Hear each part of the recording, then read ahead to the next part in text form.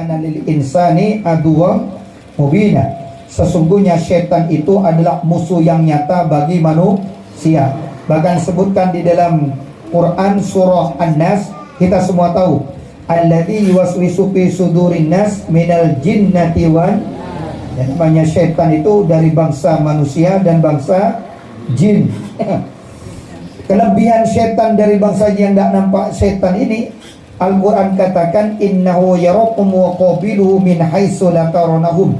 Sungguh setan ini bisa melihat kita dari tempat yang tidak bisa kita lihat. Sehebat apapun kita, sehafal apapun jurus-jurusnya kita, seindah apapun teknik yang pernah kita lakukan, sesering apapun kita sparring atau sambung, tapi kalau musuhnya bisa lihat kita, kita tak bisa lihat musuh, sudahlah itu. Wassalam itu sudah. Betul atau betul? Ya, kita punya teknik, musuhnya walaupun tidak punya teknik, dia bisa lihat kita, kita tidak bisa lihat dia. Secanggih apapun alat tempurnya, senjatanya macam apapun, tapi kalau musuhnya itu bisa lihat kita, kita tidak bisa lihat. Sehebat apapun lihat kita, kita tidak lihat dia, ya sudah pasti konyol sudah perang kayak gini. Nah makanya, karena kita sadar betul kalau setan ini bisa melihat kita dan kita tak bisa melihat dia, maka al-hasunu lil mu'minin, benteng pertahanan bagi orang mukmin, minasyaitani, dari gempuran setan, itu salasun, ada 3 perkara. Apa yang dimaksud 3 perkara tersebut?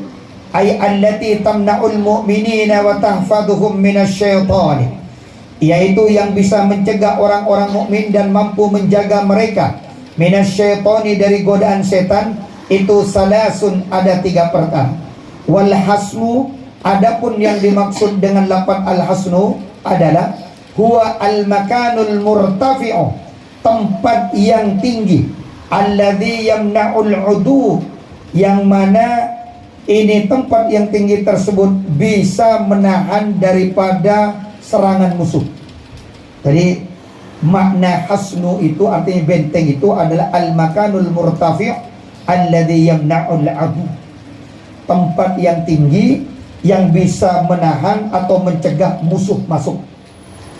Benteng, benteng kan kayak begitu. Kalau perang itu kan kalau bentengnya sudah kerebut, otomatis itu awal daripada penaklukan satu wilayah. Ini kalau perang, apa 3 benteng tersebut? Jadi pertama, makna al-hasnun itu bisa dimaknai al-makanul murtafi'u alladhi yamna'ul adu, yaitu tempat yang tinggi yang bisa menahan musuh. Itu makna dari al-hasnu yang pertama. Wal hasnu, adapun lafaz hasnu yang kedua, maknanya as-silahu, bisa bermakna sebagai senjata.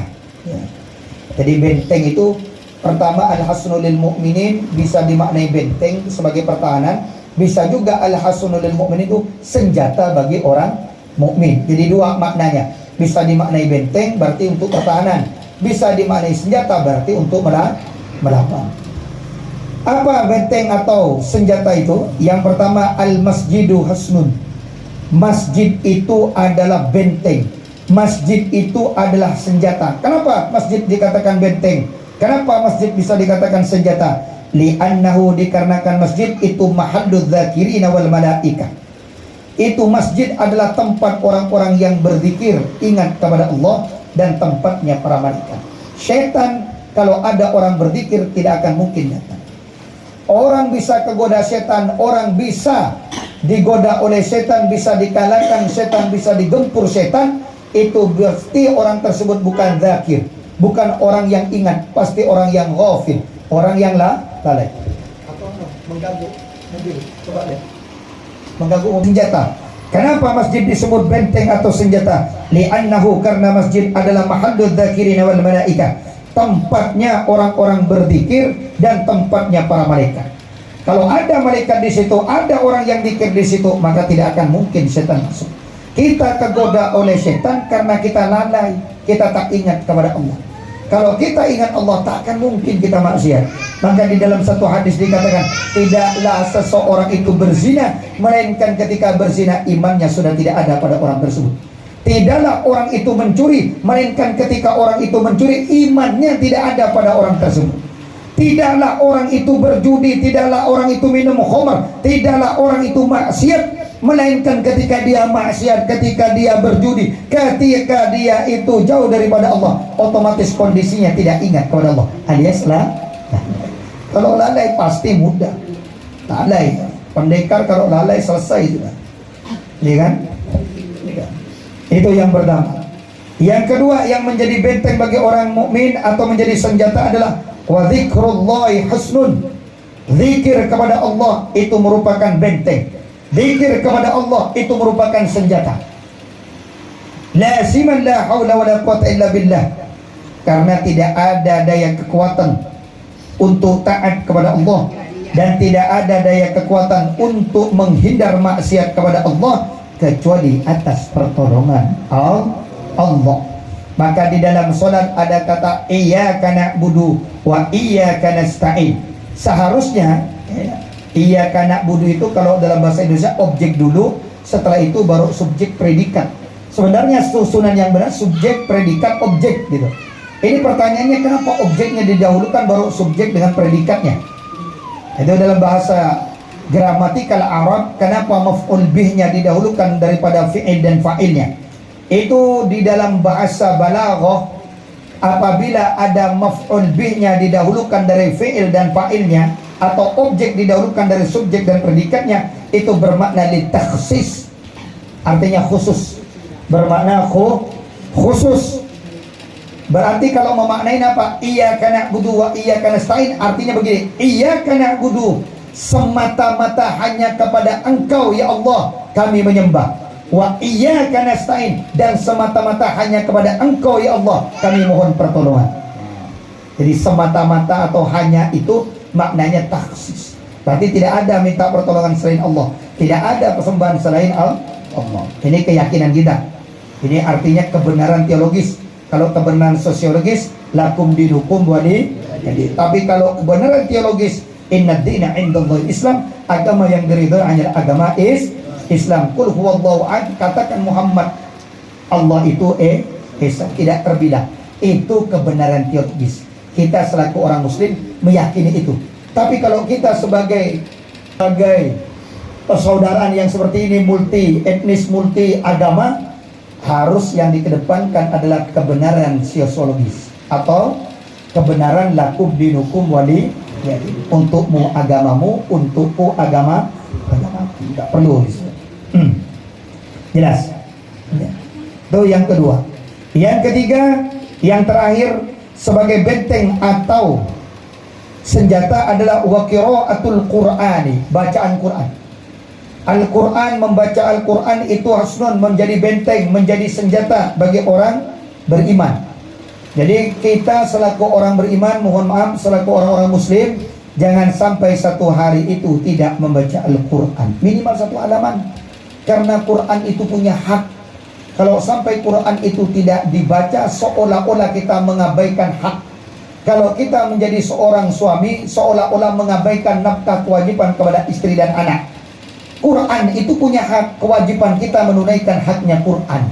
Nanti Quran itu pun juga punya kewajiban kepada kita. Kalau kita menunaikan haknya dia, apa nanti di yaumil kiamah akan menjadi syafaat. Sebelum sampai yaumil kiamah, bahkan di alam barzah yaitu alam kubur, orang-orang yang suka membaca Al-Quran, maka waja'al kubri munisa, Quran itu akan menjadi teman sejatinya nanti ketika dia ada di dalam kubur, ketika dia dalam kesendirian, ketika dia dalam kegelapan, maka Quran itu akan menjadi cahaya, Quran itu akan menjadi teman sejatinya. Maka disebutkan di dalam salah satu hadis, siapa orang yang rutin mengamalkan atau membaca surah Al-Muluk, maka surah Al-Muluk ini kelak akan menjadikan teman, seolah-olah menjadi laki-laki yang tampan rupawan, menemani dia di alam kubur. Ini kata Rasulullah, bukan kata saya. Silakan dicek di dalam kitab Fadhailul A'mal, bab tentang Fadhailul Quran itu dijelaskan di situ. Semoga dengan adanya letusan yang seperti ini akan menjadikan fondasi besar kepada kita semuanya. Jadi kalau yang pertama apa? Ingat masjid itu sebagai pertahanan. Kalau ingat masjid berarti kita harus sholat berjamaah. Ingat masjid itu harus sholat berjamaah. Maka prinsipnya kita itu sholat dijaga, perbanyak sholawat, setelah itu lestarikan silat, jaga sholat, perbanyak sholat. Itu orang-orang saudara-saudara P1 aja punya prinsipnya begitu. Tak muslim ya, harusnya berprinsipnya begitu. Jadi jaga sholat, perbanyak sholawat, lestarikan silat. Silat adalah budaya kita, kearifan lokal bangsa Indonesia. Kalau orang Jepang bangga dengan karatenya, bangga dengan judonya, bangga dengan aikidonya. Orang Korea bangga dengan taekwondonya, bangga dengan yongmudonya. Tidak. Brazil bangga dengan Brazilian jiu-jitsunya. Nah, orang kita di sini, kalau orang Thailand bangga dengan Muay Thai-nya, lah kita harus bangga dengan silat. Akan lestarikan silat, jaga sholat, perbanyak sholat. Sudah insyaallah selamat dunia akhirat. Amin. Allahumma insyaallah. Siap enggak ini? Insyaallah siap ya. Kudus siap. Siap enggak siap wajib. Karena yang namanya sholat itu sudah pondasi bagi kita. Jangan sampai Kang Mas, sedulur-sedulur semua, mohon maaf, yang muslim khususnya, jangan tinggal sholat. Kalau ada orang sekali saja tinggal sholat, lebih baik takbir 4 kali. Paham maksudnya? Mati saja sudah. Betul. Karena orang kalau sampai tinggal sholat itu seolah-olah hidup ini macam kiamat, sudah mati sudah. Nah, takbir 4 kali sudah. Sholat sudah. Lebih-lebih. Dijelaskan di dalam hadis, dikatakan kalau kamu ingin tahu ciri-ciri munafik atau kemunafikan itu dalam hati kamu, tidak perlu kamu tanya orang lain. Cukup kamu lihat indikasi-indikasinya ini. Kata Rasulullah, asqalus salati 'alal munafiq, seberat-beratnya solat bagi orang munafik 2, salatul isya wa salatul fajr. Artinya solat isya berjamaah dan solat subuh berjamaah. Kalau orang berat solat isya berjamaah, subuh juga berat untuk solat berjamaah, hati-hati, bisa saja benih-benih kemunafikan ada dalam dirinya kita. Na'udzubillahi min. Jadi kalau bisa pondasi, kalau bisa ngikut, ya minimal 5. Kalau nanti ada yang ngejos, sedulur-sedulur di sini ada yang ngejos, langsung ya saya kepengen bukan hanya sholat 5 waktunya berjamaah, saya kepengen sholat tiap malam qiyamul lailnya 1 juz. Ayo ke Darul Fadilah dengan saya. Karena di Pondok Darul Fadilah setiap malam itu tidak nunggu sholat tarawih, setiap malam minimal 1 juz Quran. Jadi sholat taubat 2 rakaat setengah juz, sholat hajat 2 rakaat setengah juz, ditutup dengan sholat witir membaca surah. Rakaat pertama witirnya membaca surah Al-Isra, rakaat keduanya sholat witir membaca surah Al-Kahfi. Sedangkan rakaat terakhirnya nanti 1 rakaat terakhir witir membaca surah Al-Mulk. Setelah itu wirid. Ayo, kalau memang sekiranya ngejos, kita qiyamul lail. Atau pas malam Sabtu kepengen qiyamul lail sekaligus, ya sudah, nanti saya berdoakan untuk insyaallah ke depannya lebih sering lagi 1 juz. Lepas dari sini yang ayo kita sholat nanti di mana gitu. Oh iya. Kalau yang ini kan umum-umum dulu. Nanti kalau ngejos, ayo. Saya senang gitu.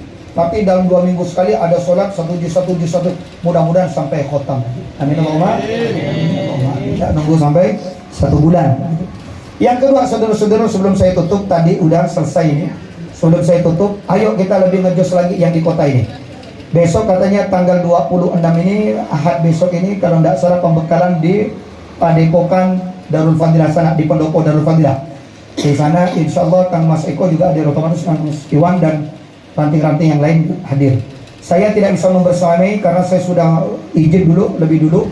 Karena saya harus membuka majelis di Pebihingan, di Pemahan dan di Tumbang Titi. Sekaligus membuka rayon di Mambok, Segarwangi. Kebetulan sedulur kita Kang Mas Arya sama Kang Mas siapa? Husein. Itu sana membuka, saya nanti yang doa.